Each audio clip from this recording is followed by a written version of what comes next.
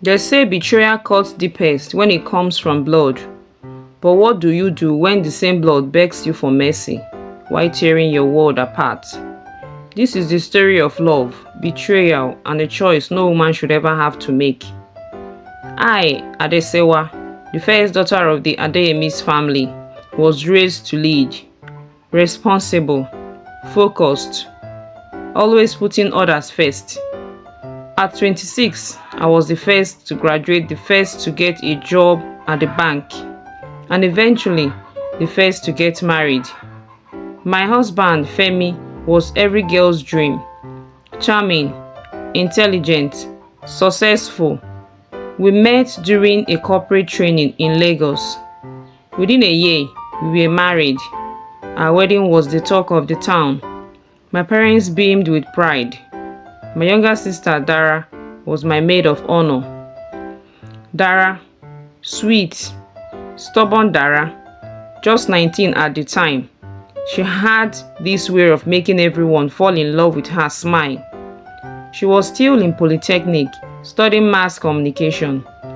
She moved in with us in Bodija to start her IT program in Ibadan. I didn't think twice.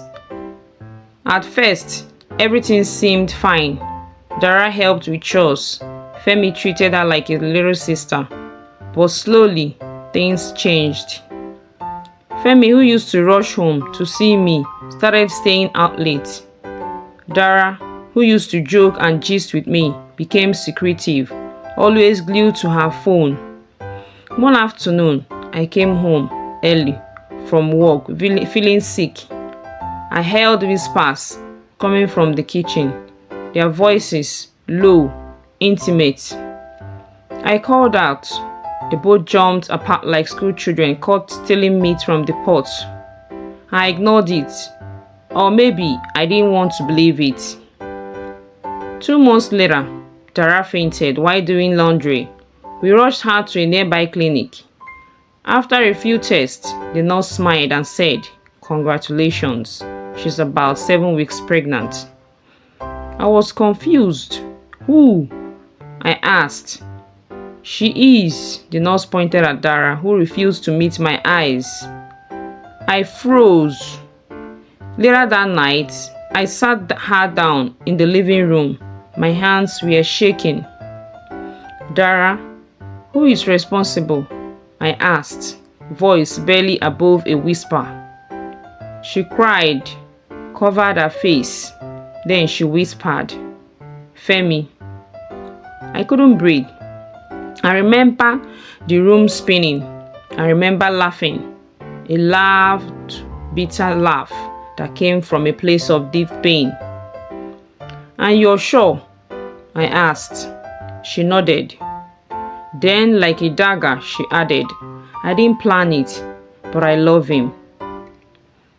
Femi returned home to meet the storm. When I asked him, he didn't deny it.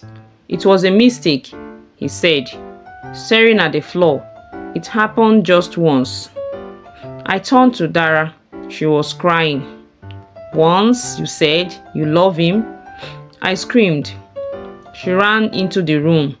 I stood there, a wife, a sister, a woman shattered beyond repair. That night, I didn't sleep. I sat on the floor, looking at the wedding photo on the wall. I remembered Mama's voice. "Family is everything, Sewa. Always protect your sister." But who protects me? The next day, I packed Femi's clothes and told him to leave. He begged. He cried. He swore it was a moment of weakness. Dara refused to return to school. She stayed in her room, pregnant and ashamed. My parents came. They were shouting, crying, accusations. My father nearly collapsed from the disgrace. My mother begged me to forgive Dara. She said, "Dara is your blood. She made a mistake. Don't let the devil win." But what about me, Mama? Weeks passed. I had 2 choices. Carry the burden forever or drop it and rise again. One Sunday morning, I stood up in church, trembling. I shared my story, not for pity, but for healing. After service, women hugged me. Strangers cried with me. One woman said, "You're not broken, you're being redefined." I forgave Dara, not because she deserved it, but because I couldn't let bitterness consume me. I filed for divorce, not out of hate, but for peace. Dara had the baby, a boy. My parents raised him. I stayed away for a while. I built myself back, one day at a time. 3 years later, I run a foundation for women dealing with betrayal and emotional trauma.